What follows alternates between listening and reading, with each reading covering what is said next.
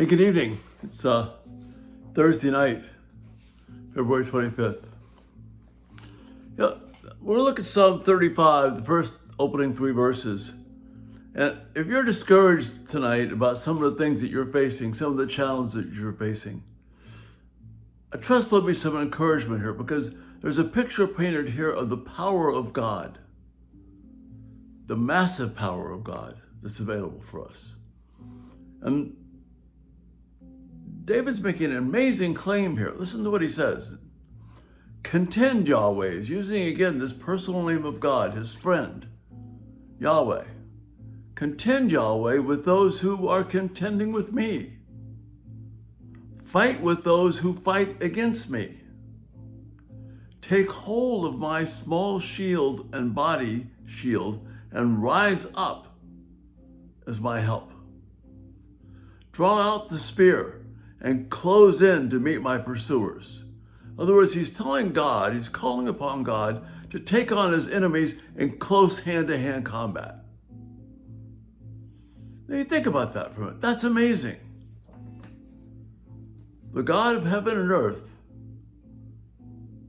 Yahweh, the servant of God, he's saying, engage my enemies in hand-to-hand combat.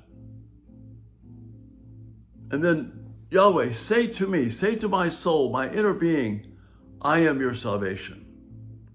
I am fighting for you. That needs to encourage us. It encourages me. Because there's times when we find really difficult things. And yet God is there fighting for us. There's an energy, there's a courage, there's a power here.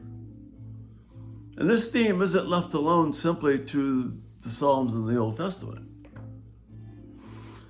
In the book of Hebrews, speaking of the work of the Spirit, for the word of God is living and effective and sharper than any double-edged sword. And this is this mighty Roman broadsword. It's a formidable weapon, almost 4 feet in length. Take this double-edged broadsword, penetrating as far as the separation of soul and spirit and joints and marrow. This spirit, sword of the Spirit, is able to judge the thoughts and the intentions of the heart. Nothing, no force on the planet is as powerful as that. But then it gets better. It really does get better. In Revelation 19, something that we typically ascribe to the future yet to come, but no, this is for now. Listen to the words that are here. So John is saying, and then I saw heaven opened, and there was a white horse, and its rider is called Faithful and True. He's referring to Christ. And with justice he judges and makes war. His eyes are like a fiery flame, and many crowns were on his head. And he had a name written on him that no one knows except himself. And he wore a robe dipped in blood, and his name was called the Word of God. Remember in John, Jesus is the Word of God. The armies that were in heaven followed him on white horses, wearing pure white linen.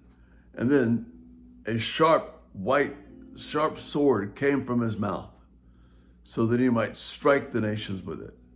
And he will rule them with an iron rod. And he will trample the winepress of fierce anger of God, the Almighty. And he has a name written on his robe and on his thigh, King of Kings and Lord of Lords. This is Christ riding out. He is your God, your protector. Notice here the reference to Psalm 2, he will rule them with a rod of iron, an iron rod. You see, this is the same psalm that the apostles referred to in Acts chapter 4 when they were talking about Jesus and that the powers of Rome conspired against him and they tried to overthrow him. But Peter and John quote Psalm 2 about this, he will rule them with a rod of iron. So this promise is for us. This part of Revelation 19 is for us. This rider on the white horse is for us. He is the power of God. So when we're saying contend with me, with my enemies, this is no veiled threat. This is incredible. Contend, Yahweh, with those contending with me. Fight with those fighting against me. Take hold of the small shield and the body shield and rise up as my help and draw out the spear and close in to meet my enemies. Engage in hand-to-hand combat with the things that I'm afraid of.